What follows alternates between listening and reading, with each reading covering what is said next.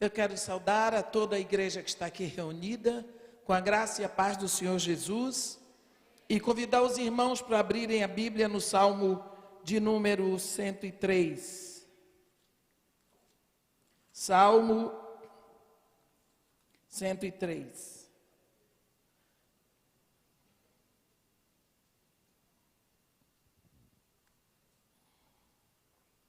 Vamos ler a partir do versículo 6.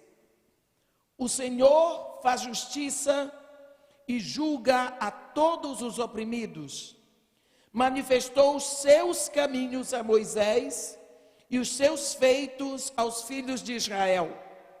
O Senhor é misericordioso e compassivo, longânimo e assaz benigno. Não repreende perpetuamente, nem conserva para sempre a sua ira. Não nos trata segundo os nossos pecados, nem nos retribui consoante as nossas iniquidades. Pois quanto o céu se alteia acima da terra, assim é grande a sua misericórdia para com os que o temem. Quanto dista o oriente do ocidente, assim afasta de nós as nossas transgressões. Como um pai se compadece dos seus filhos, assim o Senhor se compadece dos que o temem, pois Ele conhece a nossa estrutura e sabe que somos pó. Amém. Os irmãos podem sentar. Quando nós lemos esse trecho do Salmo 103, nós vemos um desejo do salmista, é de dizer como Deus é. Explicar um pouquinho para nós segurarmos algum modo de Deus ser. Por exemplo, Ele é misericordioso e compassivo. Ele é longânimo e assaz benigno. Não repreende perpetuamente, quer dizer, Ele repreende, mas não perpetuamente. E Ele não conserva para sempre a sua ira. Não nos trata segundo os nossos pecados, nem nos retribui consoante as nossas iniquidades. E assim Ele vai tentando explicar para nós, para aprendermos de Deus. Mas, no versículo 7, tem algo que nós queremos falar hoje. Aqui está escrito que Deus manifestou os seus caminhos a Moisés e os seus feitos ao povo de Israel. Aqui tem duas coisas bem distintas. Os seus caminhos, Moisés conhecia. Os seus feitos, o povo de Israel conhecia. Mas nós nunca vimos Moisés murmurar. Mas nós vimos o povo de Israel murmurar. Então, por que é que Moisés não murmurava? Porque conhecia os caminhos. O povo de Israel conhecia os feitos, conhecia os milagres, conhecia as maravilhas, mas nem por isso deixou de murmurar contra Deus. Sem dúvida, se tem algo que nós devemos procurar saber, é o método, o modo como Deus se move. É difícil? É difícil. Mas se nós apegarmos o nosso coração a buscarmos, nós vamos começar a compreender mais ou menos como é esse jeito de Deus, que nós chamamos o modo operandi. Quanto mais nós buscarmos este conhecimento, mais profunda será a nossa intimidade com Deus. Quando você quer conhecer bem uma pessoa e você quer agradar essa pessoa, você procura saber como é que essa pessoa age. Por exemplo, se você uma pessoa lhe convida para ir ao cinema, e ela diz, vou passar 7h30 na sua casa. Se você não está pronto 7h30 e a pessoa chegou às 7h30, Logicamente, você não deixou essa pessoa feliz, porque você atrasou o caminho dele. Mas ela chama de novo semana que vem, diz que está às 7h30 na sua casa, você não está pronto. Então você vai ter que aprender que aquela pessoa é uma pessoa pontual. Que quando ela diz que vai estar às 7h30 na sua casa, ela vai estar às 7h30. E para você poder caminhar com ela, você vai ter que estar pronto às 7h30. Então você começa a compreender como se mover com aquela pessoa. Porque às vezes você vai perder uma grande amizade porque você não dá atenção aos horários estabelecidos. Isso só um exemplo. Deus tem o seu modo de agir e de proceder. E porque Ele é Deus, Ele não vai fazer as coisas como eu quero, mas eu que tenho que fazer as coisas como Deus quer. Então, conhecer a Deus é melhor para nós sermos mais felizes. Por esse trecho aqui que nós lemos, no versículo 7 do Salmo 103, nós vemos que os israelitas conheciam os atos de Deus, as ações de Deus, que eles viam as maravilhas. Mas por isso, mesmo conhecendo as ações de Deus, os atos de Deus, eles caíram em muitas murmurações e em muitos desentendimentos. Moisés, que conhecia os caminhos do Senhor, era amigo e confidente de Deus, como tem escrito em Êxodo 33, falava o Senhor a Moisés face a face, como qualquer pessoa fala ao seu amigo. Algumas pessoas querem os atos de Deus, algumas pessoas querem as ações de Deus, algumas pessoas só querem ver os fatos de Deus, mas felizes, a Bíblia diz, são aqueles que conhecem os caminhos de Deus. Quando nós procuramos, ou quando nós entramos nessa perspectiva, nós passamos a olhar as circunstâncias através de outras lentes. Como está escrito em Provérbio 3, os caminhos de Deus são deliciosos. E no Salmo 18, versículo 30, o caminho de Deus é perfeito. Nós sofremos muito. E quantas vezes nós ficamos decepcionados? Exatamente porque nós conhecemos os feitos, mas nós não conhecemos os caminhos. Quando nós lemos lá em João 5, de 1 a 17, nós vemos um trecho do Evangelho em que Jesus chega no tanque de Betesda. O tanque de Betesda, normalmente eu digo que é o SUS, porque a Bíblia diz que ali havia uma multidão de enfermos, cegos, coxos, paralíticos, aleijados, todos. A Bíblia diz que é uma multidão. Quando a Bíblia diz é multidão, multidão mesmo. E era dia de festa e Jesus subiu para Jerusalém e lá vai Jesus, passa do lugar da festa, que era o templo, e vai para onde? Lá para o SUS da época. Lá para o tanque de Betesda. Pensa só, a multidão que estava sofrendo ali.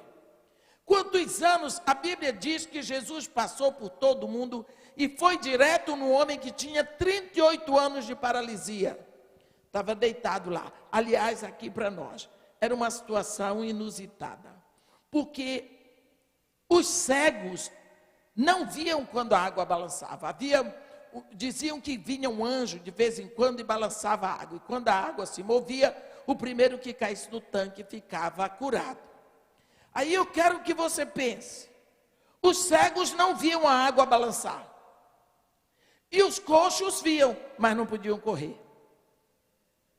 Então, é um impedimento constante. Eu tenho a impressão que os coxos gritavam e os cegos corriam. Mas isso não está na Bíblia. São só as minhas elucubrações. O que eu sei é que era uma confusão. Todo mundo querendo ser o primeiro. E os cegos esperando que houvesse um zum qualquer para lá dentro. Jesus passou por essa multidão de sofredores, necessitados, E quando Jesus Cristo passou ali, ele passou cheio do poder para curar, porque Jesus Cristo é Deus.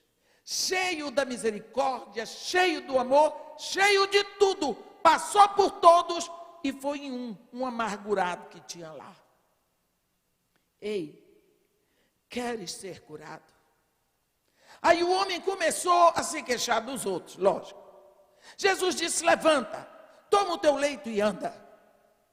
Agora eu pergunto para você, por que ele só se dirigiu a um? Porque se eu tivesse todo o poder de Jesus, eu ia curando todo mundo. Curava logo todo mundo, não é? Eu sou boazinha, eu sou misericordiosa, eu ia curar a todo mundo, você não acha? Jesus Cristo, sendo Deus, infinitamente, inexplicavelmente maior do que eu, ele foi lá e curou apenas um. A explicação está no versículo 17 do capítulo 5, quando ele diz, meu Pai trabalha até hoje, e eu também trabalho. Parece que Jesus está querendo dizer assim, eu não sou guiado pelas circunstâncias que estão em minha volta, mas pela direção que eu recebo lá do alto. Jesus Cristo não era dirigido por circunstâncias que eram criadas aqui, mas ele ouvia do Pai, ele recebia do Pai e fazia, porque no versículo 19 ele diz, eu só faço aquilo que eu vejo meu Pai fazer. E o caminho de Deus é diferente do meu e do seu. Jesus olhou para cima e viu que Deus queria curar só aquele homem. Então ele foi lá e fez da cura, da vontade de Deus, uma realidade. Ele curou aquele homem.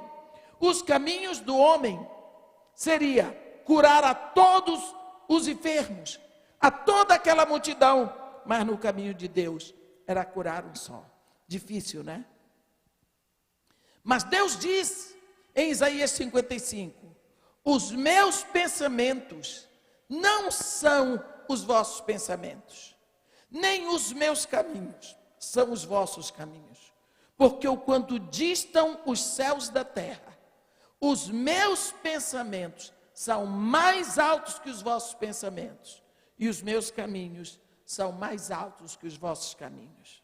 Parece que Deus faz as coisas sempre ao contrário.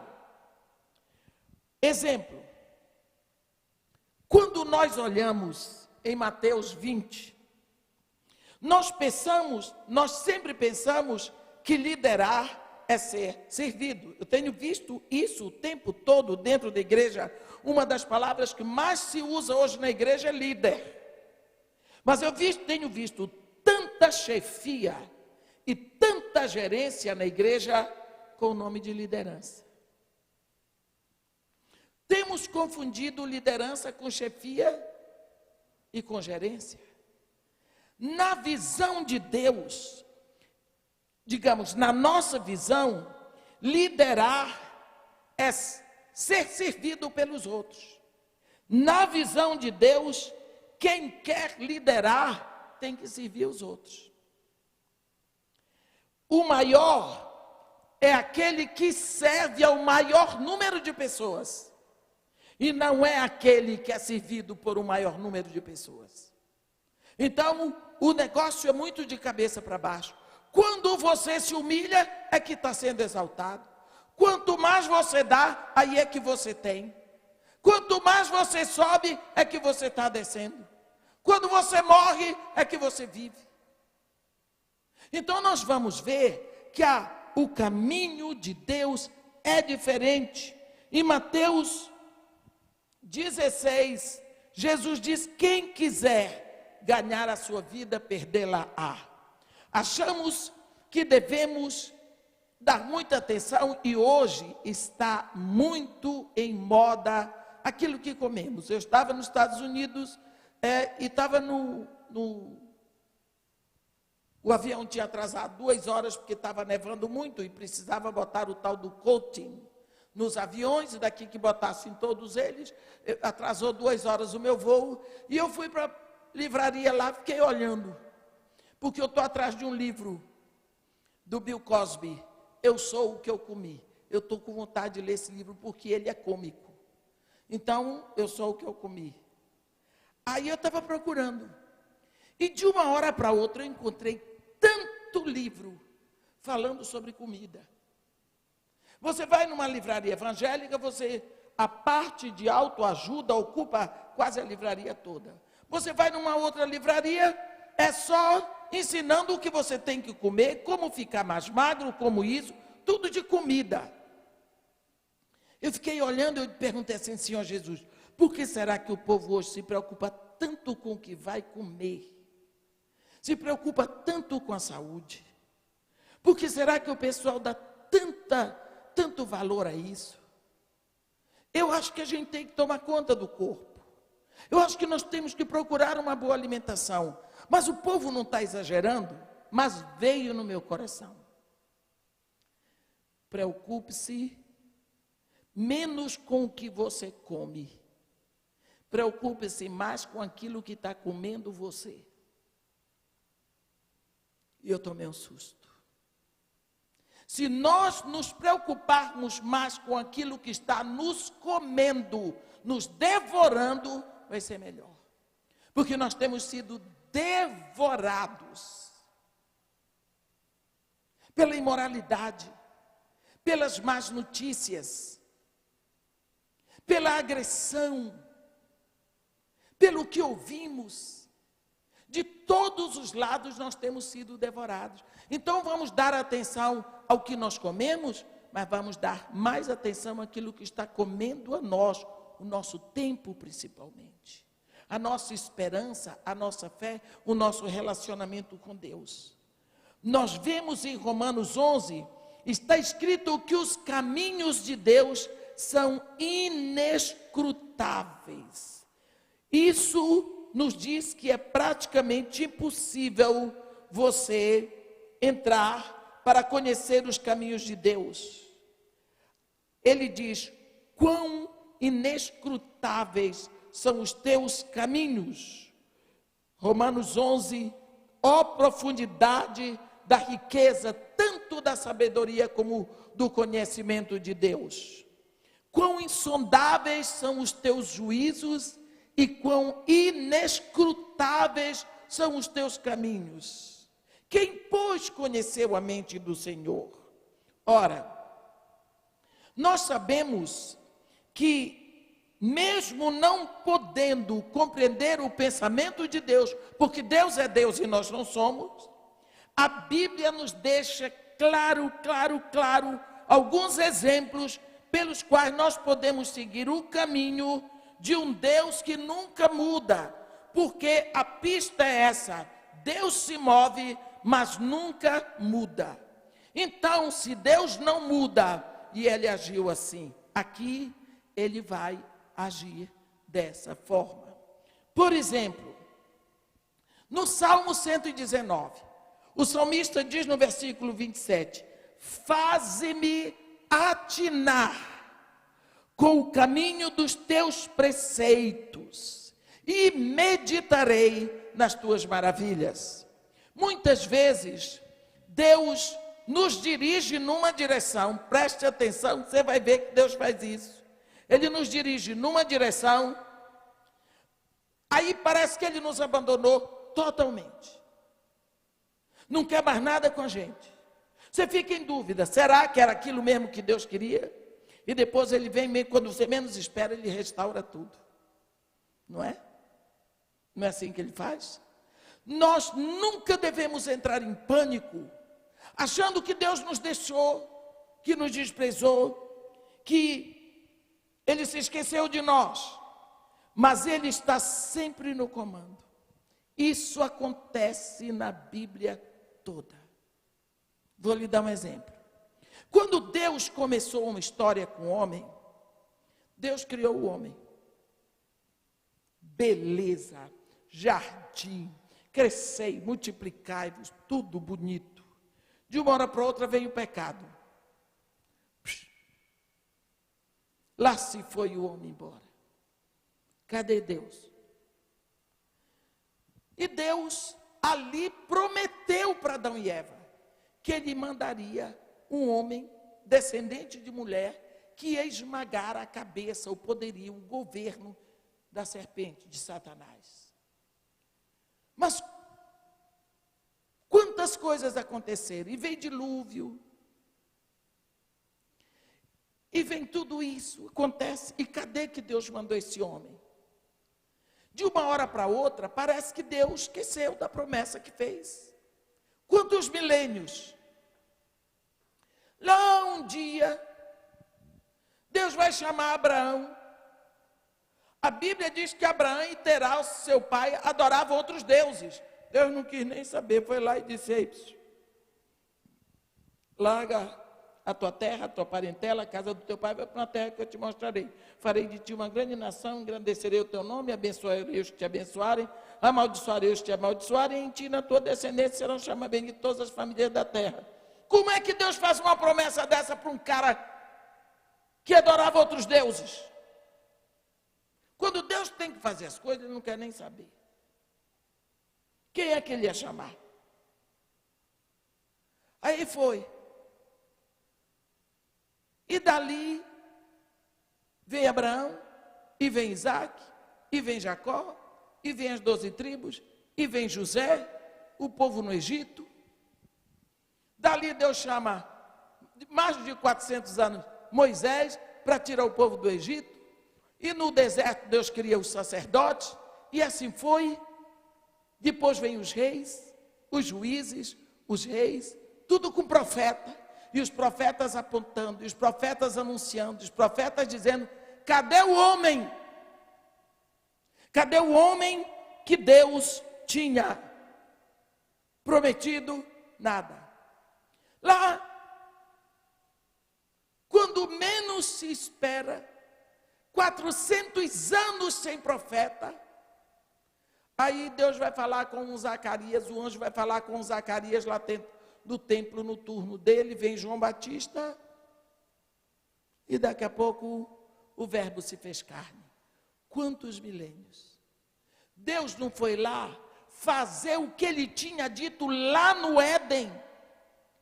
Jesus Cristo é a resposta da promessa que Deus fez a Adão e Eva. A cruz é a consumação do que Deus prometeu lá no Éden. Quantos milênios se passaram? Se você olhar nesse ínterim, você vai ver, parece que Deus esqueceu do homem. Infeliz de quem pensa que Deus esquece.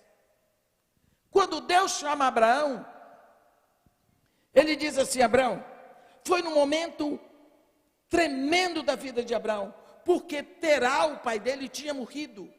E Abraão se tornou o homem de Sem, o patriarca, o poderoso de Sem. Aí Deus olhou para ele e disse: ei, Abraão, deixa a tua terra, a tua parentela, a casa do teu pai, vai para uma terra que te mostrarei, farei de ti uma grande nação, engrandecerei o teu nome, abençoarei os que te abençoarem, amaldiçoarei os que te amaldiçoarem, em ti e na tua descendência serão benditas todas as famílias da terra. Abraão foi, andou, atravessou o deserto de Abadã e tudo mais. Quando chegou na terra, fome, exatamente nos carvalhais de Manre, onde estavam os filisteus.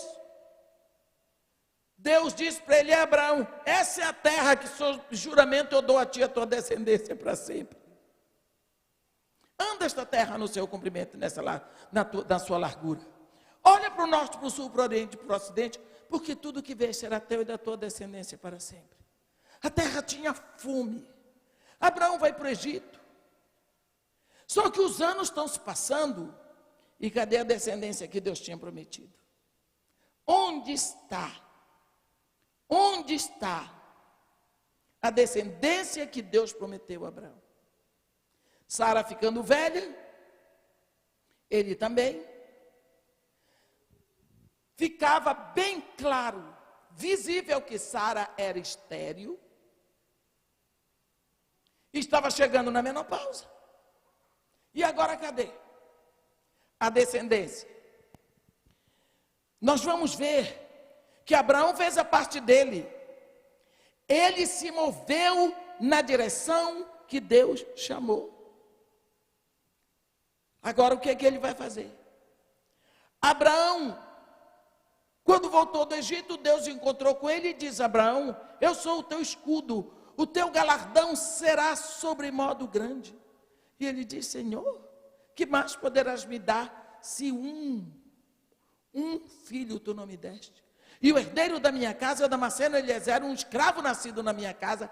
Abraão estava lembrando a ele, como ele disse: o Senhor se esqueceu que o Senhor me prometeu? Eu não esqueci não, Senhor. O Senhor disse que em mim, na minha descendência, seriam benditas todas as famílias da terra. Ele deu uma lembradinha para Deus. Deus disse: Abraão, você está pensando que o Damasceno que vai ser seu herdeiro? Não, não será esse o seu herdeiro, será um filho nascido de você. Vem cá, Abraão, agora conta as estrelas. Pensa bem que isso parece piada, mas é verdadeiro. Deus age assim. No meio dessa confusão, Sara estéril, abertamente estéril, passada da menopausa, Deus diz para ele: vem cá, Abraão, agora olha para o céu contra as estrelas, tua descendência vai ser assim. No meio desse caos, Deus mostra a ele as estrelas e manda ele contar: assim vai ser a tua descendência, vai ser tão numerosa que de numerosa ninguém poderá contar, porque se alguém puder contar a tua descendência, vai contar também a areia que está na praia do mar. No meio dessa confusão, Deus manda ele olhar para o céu. Você acha que depois dessa conversa toda, Sara engravidou? Que? Nessa época, Abraão estava com 86 anos, Sara com 77. Continuou estéril. Sara não engravidou. Quando Sara estava com 90 anos, Abraão com 99, Deus apareceu para ele e disse assim: ei, Abraão, daqui a 1 ano eu voltarei a ti e Sara terá tido um filho. Você viu? Quantos anos se passaram? Deus fez a promessa, parece que largou Abraão solto, esqueceu dele, depois ele veio lá e cumpriu. Quantos anos se passaram entre a promessa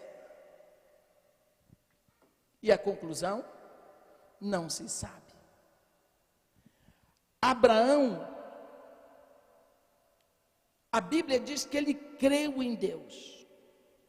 Deus tem prazer. Ele se deleita em operar no impossível. Porque o impossível para nós só Ele faz. E quando Deus entra em cena, Ele prova que o plano dele persiste, que Ele é fiel à sua palavra, que havendo dito, Ele vai cumprir. Não importa o impossível para os homens, Ele vai cumprir. Você lembra de José? José, o filho de Jacó, ainda muito jovem, Deus deixou bem claro para ele num sonho, que ele iria ser muito grande nos planos de Deus. Não foi? Os irmãos iriam se curvar a ele, até o pai. Depois disso, José, odiado pelos seus irmãos, tentaram matá-lo, mas pela interferência de um dos irmãos, tiraram-no do buraco que ele estava e venderam para os ismaelitas. Por 20 moedas de prata, ele vai como escravo para o Egito para ser vendido no mercado escravagista para Potifar. Aí ele vai para a casa de Potifar e vai ser o mordomo na casa de Potifar. Lá na casa de Potifar, ele passa por aquele vexame todinho com a esposa de Potifar. Aquela mulher era tarada. A mulher ficou com a roupa do rapaz na mão e ele saiu correndo. E isso é admirável em José, porque o homem que é macho, ele corre da mulher que não é esposa dele. E José correu dela. Isso é ótimo. Será que naqueles anos todos esse rapaz não sofreu? Solidão, humilhação, falso testemunho. Seguramente ele foi espancado. Ele foi tido por traidor da confiança do seu senhor, que confiava tanto nele. Potifar confiava tanto em José. Lembrando do pai dele, que devia estar chorando a morte dele. Preocupado com seu irmão caçula, Benjamim, achando que iam fazer a mesma coisa com o irmão dele. O sofrimento desse rapaz era muito grande. E ele foi preso, ele foi ficar no cárcere. Nós vemos, será que ele pensou, será que aquele sonho que eu tive é verdadeiro? Setas de dúvida vêm toda hora. Será que aquele sonho meu era verdadeiro? Será que foi Deus mesmo que falou comigo? Será que não foi uma alucinação que eu tive? Só pode ter sido, porque olha a minha situação. Vai ver que era o contrário. Eu seria o escravo debaixo dos pés de todos os meus irmãos. E haja ataque. E aí ele vai preso. Deus vai restaurar. Na hora certa, como a Bíblia diz em Gálatas 4, no versículo 4, a Bíblia diz: quando chegou o tempo cheio, pleno de Deus, a Bíblia diz a plenitude do tempo. Deus lida com uma questão de plenitude. Quando se completa o tempo de Deus, Deus disse para Abraão: Abraão, tua descendência será reduzida à escravidão e será afligida em nação estrangeira, até que se encha a medida dos amorreus, até que o tempo dos amorreus chegue à plenitude, até que tudo se complete. Em Gálatas 4:4, Paulo diz: tranquilamente, vindo, porém, a plenitude do tempo, Deus enviou seu filho. Isso é plenitude. Quando chega a plenitude do tempo que Deus tinha decidido para José, aí vão presos 2 homens, nós conhecemos a história. E aí eles têm um sonho, e José vai decifrar o sonho dos 2. E decifra direitinho, e esse homem era mordomo na casa de Faraó. Esse homem volta para a casa de Faraó. Daqui a pouco o Faraó tem um sonho e não teve quem decifrasse. Esse homem diz lá no presídio: tem um homem que ele é perito em decifrar sonhos. Faraó mandou buscar. José decifra os sonhos de Faraó e se torna o segundo homem mais importante do Egito. Deus tinha prometido, agora Deus veio cumprir. Deus promete, Deus revela e deixa você como se ele tivesse esquecido de você. Na hora certa ele vem lá e cumpre, porque ele prometeu. Mas tem que ser na plenitude do tempo dele. José assim se torna um homem conhecido. Vamos dar um exemplo de Davi. Davi foi ungido para ser monarca de Israel, ainda adolescente. E as coisas se passaram. Se você vê como Deus age, vai compreendendo aí, aprendendo o caminho de Deus. De uma hora para outra, Davi, entre todos os filhos de Jessé, se apaixona pela harpa. E quando você se apaixona por uma coisa, você faz com vontade. Davi estudou tanto a harpa, tocava tanto a harpa, que ele se tornou conhecido. E Davi continuou, parece que Deus tinha esquecido de Davi. Pastoreando os rebanhos de Jessé nas campinas de Belém Efrata. Pastoreando. Enquanto ele estava lá, ele foi tendo que tomar conta do rebanho. Era a responsabilidade dele. E para ele defender esse rebanho, ele precisava de uma arma. E a arma dele era a funda. Então ele começou a treinar na funda. Desculpem, vou até sair do púlpito porque não está escrito na Bíblia isso. Pegando pedrinha para matar, digamos, um passarinho. Depois, um rato que passava. Depois, ele foi para matar uma preá que passava. E assim ele foi, cada vez mais, usando a funda, treinando a pontaria dele e a destreza com a funda.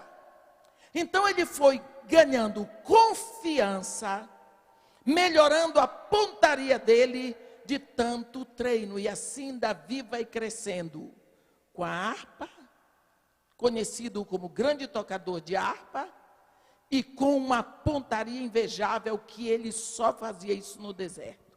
No final, quando vinha leão e urso, ele tinha confiança para enfrentar leão e para enfrentar urso, quando vinham para tomar uma ovelha do rebanho dele. Você imagina a confiança que esse rapaz adquiriu na força e na destreza dele. Quando se chega a hora de Davi tomar o caminho do trono, parece que Deus tinha esquecido de Davi. Entra um espírito maligno para perturbar o rei Saul. O espírito maligno detestava o som da harpa. Então, quando o espírito perturbava Saul, chamava um tocador de harpa, começava a dedilhar o instrumento, o espírito se mandava. Aí alguém disse: olha, então nós precisamos de um harpista de primeira para o rei. Entre os filhos de Jessé tem um que é exímio. Aí lá vem Davi caminhando para perto do trono para ser o harpista que expulsava demônio de Saul. Está vendo? Está chegando quase a plenitude do tempo de Davi. Deus, que parecia ter esquecido aquela unção que veio com Samuel, que parecia ser uma ilusão, Deus está trazendo Davi para perto do trono. Está trazendo. Quando chega na hora de Golias, Davi diz: não, rei, o teu servo aqui já matou o leão e já matou o urso quando vinham tomar as minhas ovelhas. Este filisteu vai ser como um deles. Quem mandou afrontar os exércitos do Deus vivo? Passou no rio, pegou umas pedrinhas, por quê? Porque ele era exímio atirador da funda. A pedrinha mata, a pedrinha serve para o que ele estava acostumado. Ele pegou a pedrinha e ele mirou o testão do gigante. Ele soltou a pedrinha com tudo, o gigante bambeou, ficou tonto, caiu, ele correu, pegou a espada dele e pá, cortou o pescoço. Ele só precisava da pedrinha para o gigante cair. Quantas vezes ele atirou em cabeça de leão? E o leão ficava tonto, caía, ele ia lá e cortava a cabeça. Ele treinou a vida toda para enfrentar gigante. Ele não sabia que ia enfrentar gigante. Mas a destreza dele desse tempo todo fez com que ele pudesse chegar lá. nós precisamos saber que durante todo o tempo que Deus ainda não chegou para lhe usar, para que aconteça na sua vida aquilo que Ele prometeu, Ele está lhe preparando, como Davi estava sendo preparado. Às vezes a gente está vendo, mas Davi, que milagre, ele acertou a testa do gigante. Quanto tempo ele teve se preparando na destreza da funda? Acha que qualquer um pega uma funda e sobe assim? O meu não sai, nem a pedra sai da mão. É preciso, nós pensamos muito em milagres, nós procuramos caminhos mais curtos, nós vivemos de atalhos, queremos milagres. Porque Jesus andou sobre as águas uma vez só, cruzava aquele mar da Galileia de barco, uma vez andou sobre as águas, foi o que valeu para nós. Jesus Cristo não vivia fazendo essas marmotas que a gente pensa. Então, Deus, Ele quer pessoas que se preparem para o ministério. Ele quer pessoas que o busquem. Ele quer pessoas. Eu estou pregando aqui, mas quanto tempo eu tenho de estudo antes? Quanto tempo eu tenho com esse livro para saber o que eu vou dizer? Deus vai me usar? Vai, porque a palavra é dele. Mas eu que não vá ler, repetir, decorar, repetir, memorizar, repetir e buscar. Que eu quero ver se sai alguma coisa. Não sai por quê? Porque Deus quer pessoas apaixonadas pelo ministério. Davi, ele se apaixonou pelo rebanho. Quando Saul morreu, Davi ainda ficou 7 anos. Antes de Saul morrer, 7 anos sendo perseguido. Não parecia que Deus tinha sido de Davi? Ora, se Deus disse que ele seria o rei de Israel, por que é que Saul ficava atrás dele e Saul não morria logo? Porque não tinha chegado o tempo de Deus. Não era o tempo de Deus. A plenitude do tempo para Deus, no caso de Davi, não tinha chegado.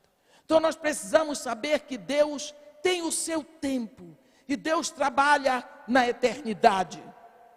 Jesus, nós podemos ver Jesus, começou o ministério dele, dizendo assim: arrependei-vos, Mateus 4, porque é chegado. Desculpa, quem disse isso foi João Batista. Arrependei-vos, porque o reino de Deus se aproxima. Mateus 4. 3 anos e meio de ministério. Ministério bombástico, o ministério de Jesus. E esse ministério de Jesus, de 3 anos e meio, fez com que ele mostrasse a todos que ele era o rei desse reino, e multidões seguiam, ao ponto dos discípulos discutirem quem é que sentaria à direita dele no reino, porque parecia que ele veio para derrotar o Império Romano e se tornar o rei de Israel. Não é? Poderoso. Você vê que mesmo no primeiro dia da semana da Páscoa, quando ele entra, os filhos dos hebreus pegavam ramos de oliveira e gritavam: Hosana nas alturas. O pessoal às vezes grita Hosana como se fosse grito de glória. Hosana significa: tende misericórdia de nós. Porque ele seria o rei. Depois de 3 anos e meio da revelação desse ministério, parece que Deus abandonou Jesus, não é? Parece que Deus abandonou Jesus. O rei foi preso, o homem poderoso, que curava, que ressuscitava mortos, que na sua palavra as ondas obedeciam, o vento obedecia. De uma hora para outra, onde estava o poder? De acordo com o que está escrito em Mateus 26, para mim é um dos versículos muito tristes de Mateus, você vê lá no versículo 58, o próprio Simão Pedro Deixa eu ler aqui para vocês. Mateus 26, está escrito, 58. Mas Pedro o seguia de longe até o pátio do sumo sacerdote e, tendo entrado, assentou-se entre os serventuários para ver o fim. O próprio Pedro achava que era o fim. Era o final de tudo, era o final de um sonho, o final de um ministério. Aquilo tudo não passava de uma quimera. Pedro sentou-se para ver o fim. Isso para mim é um dos versículos mais tristes que tem no Novo Testamento. Nós vemos que tudo o que Jesus havia proclamado sobre o reino parecia um sonho. Porque quem sobreviveria a uma crucificação? Ele viu Jesus ser preso, julgado, condenado a morrer crucificado. Ninguém poderia sobreviver a uma crucificação, isso não existia. Não passava pela cabeça de ninguém. Mas nós sabemos que depois de 3 dias, Deus o restaurou, ressuscitando Jesus dentre os mortos. Depois que parecia que tinha acabado tudo, mas Deus havia prometido. Então, nós vemos em Abacuque, o profeta dizer, Deus diz para ele, porque a visão ainda está para cumprir-se no tempo determinado. Abacuque 2, versículo 3. Mas se apressa para o fim, e não falhará. Se tardar, espera-o, porque certamente virá. Quando você vê toda aquela confusão na vida de Moisés, o povo de Israel, e tantas coisas que têm acontecido na nossa vida. Se Deus diz, se diligentemente me obedeceres, abençoado será o fruto do teu ventre. Você pare filhos, você está servindo a Deus, você busca intimidade com Deus, e de uma hora para outra você vê sua família, parece que está toda perdida. Deus vai vir restaurar. Porque Ele disse, se diligentemente me obedeceres, abençoado será o fruto do teu ventre. Abraão já tinha morrido. Isaque foi expulso da terra de Abimeleque. Abimeleque jogou Isaque para o deserto, e cada poço que Isaque desentulhava, os filisteus vinham atrás. A água é nossa. Sem água no deserto, correndo o perigo de ser saqueado pelos ismaelitas, que o pior inimigo dele era Ismael, e chefiava caravanas pelo deserto, saqueando outras caravanas. Deus tomou conta de Isaque o tempo todo. Não permitiu. Quando ele acabou de atravessar o deserto, depois de encontrar Reobote, Deus foi lá e disse para ele, eu sou o Senhor, o Deus de Abraão, teu pai. Não temas, porque eu sou contigo. Abençoar-te-ei e multiplicarei a tua descendência por amor de Abraão, meu servo. Eu vou fazer para ti, rapaz, porque eu prometi ao teu pai. Uma vez que Deus prometeu, não importa o que aconteça, Ele vai fazer. Muitas vezes, nós nos preocupamos com os recheios. Nós nos preocupamos com os recheios. Abra sua Bíblia em Êxodo 23, por favor. Talvez aqui nesse versículo você vai encontrar uma explicação para muitas coisas que você fica preocupado.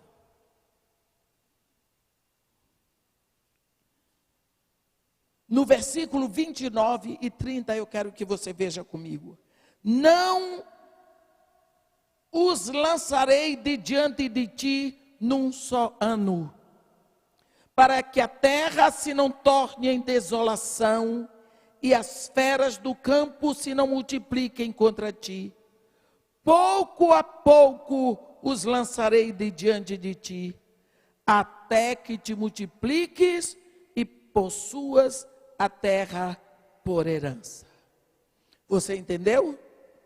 Deus está dizendo para eles: eu não vou expulsar todos os inimigos da terra de uma só vez. Pouco a pouco eu vou fazer. Porque se eu fizer de vez, eles saem todos da terra, a terra vira mato puro. Os animais do campo vão possuir a terra e vão atacar vocês. À medida que vocês forem se multiplicando, eu vou expulsando os inimigos e vocês vão possuindo a terra. Por enquanto eles ficam lá, para eles tomarem conta da terra para vocês. Entendeu? Por enquanto. Então, quantas vezes você reclama porque Deus podia fazer isso, porque Deus não faz? Se Deus fizer aquilo que você quer, vai ser prejuízo para você. Você precisa ter certeza disso. Eu pensei nisso ontem. O meu filho foi lá em casa e disse: mãe, cadê o documento do carro? Anteontem. Cadê o documento do carro da senhora? Me dá aí, peguei. Ele disse: seu Renavan tem que pagar amanhã. Eu vou dividir de 3 vezes e vou pagar, que é muito caro. Aí eu estava pensando essa madrugada. Eu passei 18 anos pedindo uma picape cabine dupla para Deus. Que eu precisava para o meu projeto, porque sou eu que abasteço o projeto. Deus levou 18 anos para me dar uma picape cabine dupla. E eu nunca imaginei, porque eu só dizia assim: o senhor não vê, porque todo mundo vê que eu preciso de uma picape cabine dupla, menos o senhor. Parece que o senhor é alemão, só me dá Volkswagen. Mas eu orava todos os dias. Eu realmente não podia imaginar porque que Deus não me dava. Você sabe o que é ter que abastecer um projeto social com 150 crianças, comendo 3 vezes por dia material escolar, tudo para carregar? O melhor que eu tive foi uma Paraty, mas num Gol. E tudo isso eu fazia. Eu disse: por que o senhor não me dá uma picape? Eu não estou lhe pedindo uma BMW, uma Mercedes, uma Ferrari, uma picape, cabine dupla. E eu realmente não podia entender. Eu dizia: por que será? Não dá para entender, é muito esquisito. Anteontem eu entendi. O documento da picape é muito caro e o seguro também. Deus deixou meu filho se formar, se estabelecer, de forma que ele pode pagar os negócios para mim. Você está vendo? Porque ele ia me dar. E aí, como é que eu ia pagar? Está vendo? Ele deixou primeiro o meu filho se formar, se estabelecer, para poder pagar a dívida da velha. Deus é cuidadoso. Nós queremos as coisas. Senhor, me dá logo tudo hoje. Ele disse: não, porque esse tudo que eu vou te dar hoje vai ser contra ti. Eu não vou tirar todos os inimigos da terra, porque senão a terra vai se tornar numa desolação, vai ser tomada pelos animais do campo que vão te atacar. Assim, enquanto tu vais te multiplicando, eu vou tirando eles pouco a pouco. Enquanto tu não tens povo suficiente para tomar conta da terra, eles estão tomando conta da terra para ti. E depois eu os tiro pouco a pouco. Olhe o versículo. Pouco a pouco os lançarei de diante de ti. Mas existe em Deuteronômio um versículo que parece contradizer esse aqui. No capítulo 9 de Deuteronômio, está escrito assim, versículo 3. Sabe, pois hoje que o Senhor teu Deus é que passa diante de ti. É fogo que consome, e os destruirá, e os subjugará diante de ti. Assim os desapossarás, e depressa os farás perecer, como te prometeu o Senhor. Em Êxodo 23, pouco a pouco, aqui depressa. Tem coisas que Deus faz depressa na sua vida. Tem coisas pouco a pouco. Quando você veio para Jesus, tantas pessoas me dizem, irmã, assim que eu cheguei, outro dia eu estava numa igreja e uma senhora me olhava de longe e fazia assim, eu cheguei perto dela, todo mundo me abraçando, a mulher não me abraçava. Eu disse para ela, ei, tomei banho, botei perfume francês. E você não quer? Ela disse, não, irmã, não posso lhe abraçar. Eu respeitei. Tem gente que não gosta de abraço. Ela disse, irmã, um dia eu vou lhe abraçar. Eu disse, eu quero estar viva nesse dia. Mas aquilo mexeu comigo. Eu disse, minha irmã, vem cá. Qual é o problema? Eu posso lhe ajudar? Ela disse, irmã, eu sou uma nicotina pura. Eu fumo demais. Eu estou cheirando mal a nicotina. Eu disse, minha irmã, se é só nicotina, me dá um abraço. Eu dei um abraço nela, realmente era nicotina pura. Mas era minha irmã. Ela disse, irmã, eu não consigo. Eu não consigo. A senhora soubesse quantas coisas Deus tirou da minha vida desde a minha conversão, mas o cigarro eu não consigo. Eu disse para ela, hoje é sexta-feira à noite, amanhã de tarde eu quero conversar com você. Eu estava num lugar pregando, sexta-feira à noite, sábado de noite, domingo de manhã à noite. Se amanhã de tarde, falei com o pastor, marquei porque aquilo me moveu o coração. Aí eu contei uma história para ela, assim, não sei porquê, eu tenho que contar isso aqui hoje. Eu disse para ela, minha filha, tinha um homem que a mulher dele era crente. Ele demorou um pouco, foi convertido, mas ele foi convertido total, ele era um homem riquíssimo, nos Estados Unidos. Converteu, mas converteu até o bolso, que todo mundo diz que é mais rápido, que é mais difícil. Mas o cigarro. E ele fazia de tudo, ele orava, ele jejuava, a mulher dele também, ele não conseguia parar, mas fumava. E ele quando ia para a igreja, levava a família, mandava entrar, ele ficava lá fora. Assim, para entrar por último, porque ele sentia que quando ele estava entrando, o pessoal dizia, lá vem o fedorento. Porque ele fumava demais. Então ele tinha vergonha de falar com os outros, ele não queria dar a mão para ninguém, porque cheirava mal, o povo sentia. Aí quando foi um dia, ele estava sofrendo muito com isso, aí um dia depois do culto, havia uma festinha, devia ser aniversário de alguém, numa casa, ele disse para a esposa dele, me deixa em casa e vai com as crianças, porque eu quero orar. Aí a mulher dele deixou ele em casa e foi para a festa com as crianças. Aí ele chegou em casa, assim sofrendo muito, tirou o sapato, afrouxou a gravata, sentou na beira da cama e disse, Senhor, eu não aguento mais viver assim. Eu não aguento mais viver assim. Eu não suporto mais esse cheiro que eu tenho. Eu não aguento mais ver as pessoas olhando para mim, me chamando de fedorento sem abrir a boca. Eu já detesto esse cigarro que é meu inimigo. Fez uma preleção de câncer para Deus. Disse para Deus tudo o que a nicotina faz, que o cigarro faz. E parou. Esse homem sabia orar. Porque normalmente nós oramos, chegamos lá, papapá, em nome de Jesus, amém. Ele não, ele falou, ele queria ouvir o que Deus tinha para dizer para ele. Ficou lá esperando.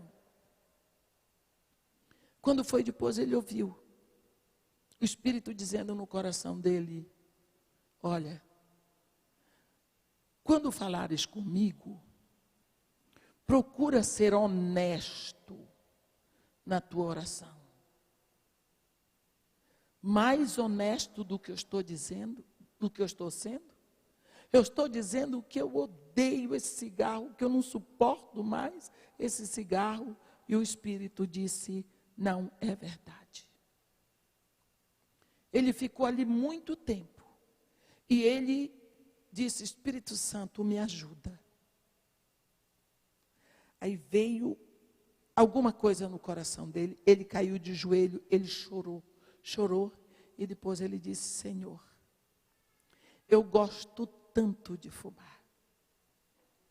Eu tenho tanto prazer no fumo, que cada baforada, cada tragada de nicotina para mim é um prazer imenso. Eu gosto demais. Eu sou louco por cigarro. Mas eu sei que tu não gostas que eu fumo. Eu quero fazer a tua vontade. Eu estou te entregando a minha vontade e te pedindo: tira de mim esse apego que eu tenho ao cigarro, porque eu fumo porque gosto. E o Espírito disse: amém. Acabou. Dali, ele contou para a esposa dele essa experiência e tudo. Dali a 2 semanas, a secretária dele, o nome dela era Nancy, está escrito no livro. Ela passava assim na frente do escritório dele, para cima e para baixo. Ele disse: Nancy, algum problema? Ela disse: eu queria perguntar para o senhor se devo suspender o fornecimento de cigarro.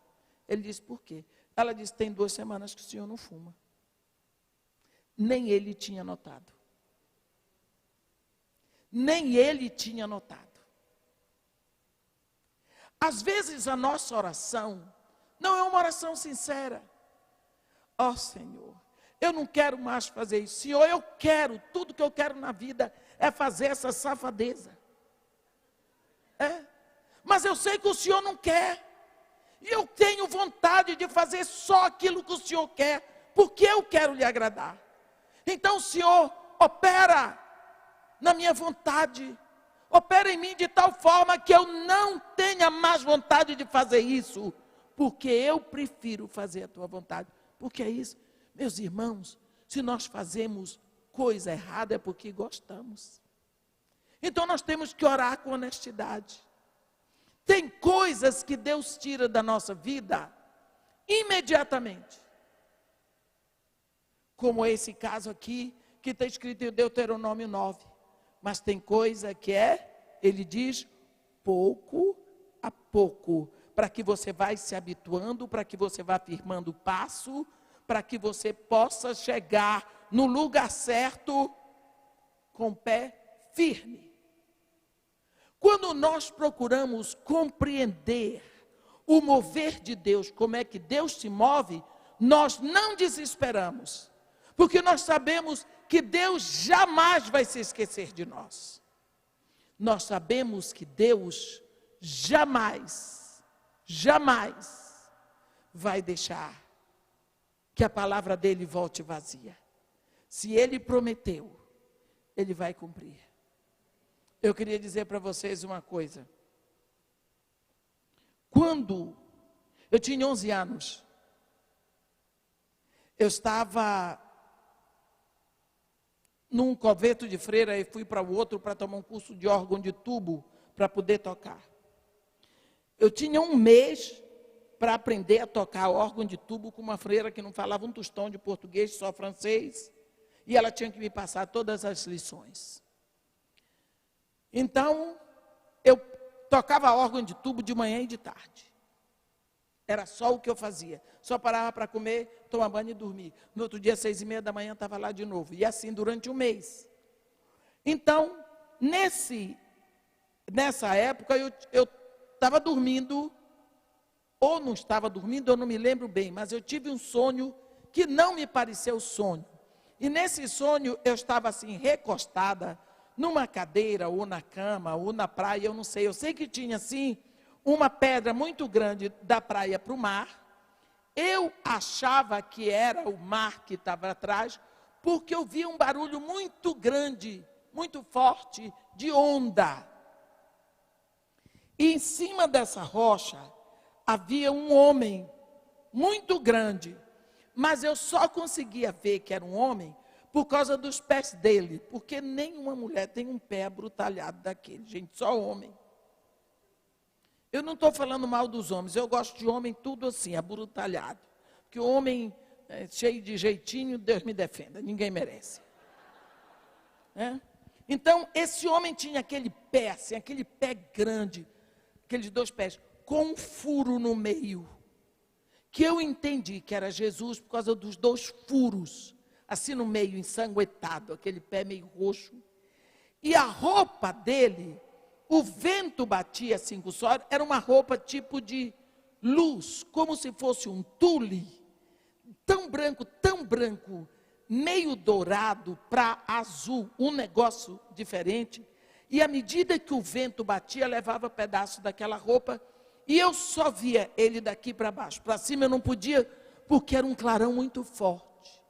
Mas esse homem falou comigo e disse: eu tinha 11 anos, tu és minha, tu vais crescer, e com a palavra que eu vou botar na tua boca, muitos me conhecerão e virão a mim, e eu te enviarei a muitas nações, e muitos povos me conhecerão através de ti. Acordei e fiz que nem Jonas, porque eu morava em Santarém do Pará, e eu costumava ver aqueles missionários virem do meio dos índios. Para mim, missão era entre os índios e na África, e os missionários eram sempre pobres, e eu tinha pavor de pensar que eu ia ser pobre. E eu não era rica, mas eu queria futuramente ser rica. Eu não queria ser pobre, não. Tudo bem. Fugi, e aquele sonho não me deixava, porque quando o sonho é profético, você não esquece dele. Ele fica lá. E tem outra coisa, ele fica do jeito que você viu. Está lá. Eu tinha 11 anos, eu estava com 32 anos. Meu marido era engenheiro da Petrobras e tinha ido para o Iraque, convidado pela Petrobras Internacional, a Braspetro, para ser o gerente de apoio da Petrobras Internacional lá. A minha vida estava um caos, porque meus filhos saíam de manhã cedo para a escola internacional, voltavam de tarde. Meu marido ficava na companhia ou ia para o deserto. E lá eu não tinha empregada, porque uma baia para limpar a casa do jeito que elas fazem, é 25 dinares a hora, $100 a hora. E elas fazem tudo, elas passam o pano no chão, passam na pia para torcer, é aquela confusão, mas tudo bem. E com a gente não dá certo isso. Sozinha. E como eu já tinha abandonado a igreja há muito tempo, eu não levei uma Bíblia, eu não levei um cantor, não levei nada. Eu fugia, que eu não podia nem pensar. Nisso, eu sei que eu estava quase entrando numa depressão. Havia uma pastorinha que passava na frente da minha casa todos os dias, porque o Saddam Hussein tinha feito assim, um quarteirão de casas, um quarteirão de tamareiras, porque o Iraque era o maior produtor de tâmaras do mundo. E no Iraque, o maior produtor era a Basra, onde eu estava, a antiga Caldeia. Então, os beduínos ficam no deserto. Quando chega a época que derrete a neve do Monte Ararat, essa neve, ela forma rios que cobrem o deserto de Abadã, o sal do dilúvio aflora. Essas populações ficam nesses parques de tamareira, armam as suas tendas ali. E quando seca a água do deserto, eles voltam para colher o sal e eles vivem da colheita do sal. Tudo bem. Na frente da minha casa passava um único rebanho de uma pastorinha de 9 anos chamada Suheila Zurraine. E eu, que sempre fui apaixonada por criança, eu comecei a gastar o meu árabe com ela. E todo dia eu aprendi uma palavra nova para dizer para ela. E eu dava para ela, ela pedia flus. Flus é dinheiro. Eu tenho uma linguagem, dibi flus, quer dizer, me dá dinheiro. Né? No árabe clássico seria antrein flus menfatlek. Ela dizia dibi flus, e eu não dava. Eu preparava um sanduíchezinho para ela, que é de rubs, que é um pão compridinho, botava dentro o chinina, que é um iogurte de carneiro, tomate, alface, pepino, o que tivesse, que eles são muito vegetarianos lá, e dava para ela uma garrafinha de Sunquick, que é um suco de laranja concentrado, tipo maguari. Eles também não usam muito açúcar, eles usam mais no mel de tâmara. E ela passava de manhã, eu dava esse farnel para ela, umas 5h30 da manhã, 3 horas da tarde, ela botava a garrafinha lá vazia no portão, no outro dia de manhã, e assim. Eu gostava daquela menininha. Um dia, era mês de julho, o calor estava de quase 60 graus. 11h30 da manhã, eu ouvi um barulho de rebanho na frente da minha casa. Eu estava no 3º andar da casa. Quando eu olhei, eu gritei, Suheila! Ela parou. E quando a pastora para, o rebanho para. Aí eu desci com tudo, eu fui lá. Eu fiquei com medo que ela fosse embora. Porque se ela fosse embora, nunca mais eu a veria. Né? Porque quando eles voltam, eles vão para outros parques. Aí eu perguntei para ela o que foi que aconteceu, porque você está voltando agora, mas o árabe, eu falo árabe, nós vai, nós vem. E naquela época ainda era pior. Aí, eu fiquei perguntando, ela tinha uma coisa aqui. Sabe aquele manto que a gente chama abaia lá? Cobria isso aqui. Ela tão magrinha. Aí ela levantou um pouquinho da abaia e eu vi que tinha um cordeirinho ali. Só que quando ela botou a mãozinha assim por baixo da perna dele, eu vi que tinha umas taliscas embrulhadas assim, enroladas com papiro. Só que quando ela botou a mão, esse animal deu um berro, parece que eu nunca tinha ouvido aquele berro. Só que quando ele deu, para mim era um gemido. Essa menina se contorceu toda, botou o rosto assim, o sol batendo, as lágrimas caíam e ela gemia e chorava, e ela acalentava o cordeirinho dela. Ali, eu ouvi de novo a mesma voz que eu tinha ouvido quando aos 11 anos. Quem já ouviu a voz de Jesus sabe, aquela voz quase que metálica, pronunciada. Não venha me dizer que a voz de Jesus é mansinha, que não é não, é bem metálica. Sílaba por sílaba, não é? Sílaba por sílaba. Eu sou o teu pastor. Estou chorando a tua dor. Me deixa cuidar da tua perna quebrada. Eu sei que eu entrei em casa. Não foi voando, não. Mas quando eu me lembro mesmo das coisas, eu estava de joelhos no meio da sala. E eu disse para ele, eu sabia perfeitamente o que era, porque aquele sonho eu nunca esqueci, era uma coisa real. Eu disse para ele, se eu ainda presto para alguma coisa, que na situação que eu estava, achava que não prestava mais para nada. Me leva para o Brasil. Eu vou te servir enquanto eu viver. E eu chorei muito. Era final de julho, no dia 22 de setembro, rompeu a guerra Irã-Iraque. Nós fomos para o Kuwait, do Kuwait para o Brasil, e eu sou essa mulher. Se vocês soubessem o que se passou depois disso, eu não vou contar para vocês que eu não tenho tempo. Até um osso na minha cabeça foi quebrado porque eu gritei o nome de Jesus. Já passei por tudo. Na hora de começar o ministério, marido morreu. Depois de um ano, no mesmo mês, minha filha morreu. Uma coisa inédita, meu marido era engenheiro da Petrobras, eu fiquei anos sem receber pensão, porque entrou uma outra pessoa dizendo que ela era a esposa, e deu confusão. Coisa que não pode acontecer, ninguém entende, nem lá na Petrobras. Agora eu recebo tudo direitinho, mas ninguém entende como foi que aconteceu. Mas eu não brigo, porque eu sei de onde veio. Ataque. Andar com Deus não é fácil. Mas Deus tinha me falado aos 11 anos. Eu estou com 67. Quantos anos se passaram? Eu acho que é mais de 50. Eu estou fazendo exatamente o que ele disse lá. Quantas coisas se passaram no meio? Eu não morri. Por quê? Porque ele não tinha completado. Não acredito que ele já completou. Então não tenha medo. Se Deus tem um chamado para você, Deus lhe prometeu, fique firme, ore e aproveite o tempo do sofrimento que vai vir no intermeio disso. Porque você vai ter que aprender muitas coisas. Primeiro, aprender a olhar para Ele, sabendo que Ele está sempre ao seu lado, como um poderoso guerreiro.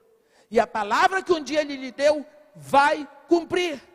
Se as coisas estão muito difíceis na sua vida hoje, sabe que Deus está olhando para você e vai cumprir tudo como está escrito em Zacarias no capítulo 4, no versículo 6. Não é por força, não é por poder humano, mas é pelo meu Espírito, diz o Senhor dos Exércitos. Na maioria das vezes, Deus se move assim.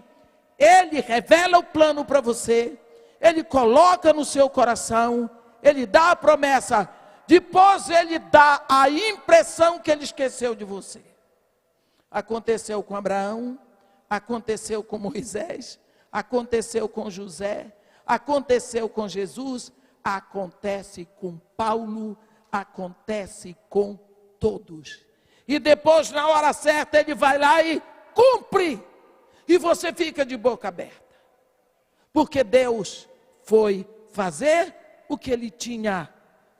Senhor, Ele diz, mas eu não lhe disse que ia fazer. E o tempo do meio sofri tanto. Eu não lhe disse que ia ser imediatamente. Às vezes é depressa. Às vezes é pouco a pouco. Esse é o caminho de Deus.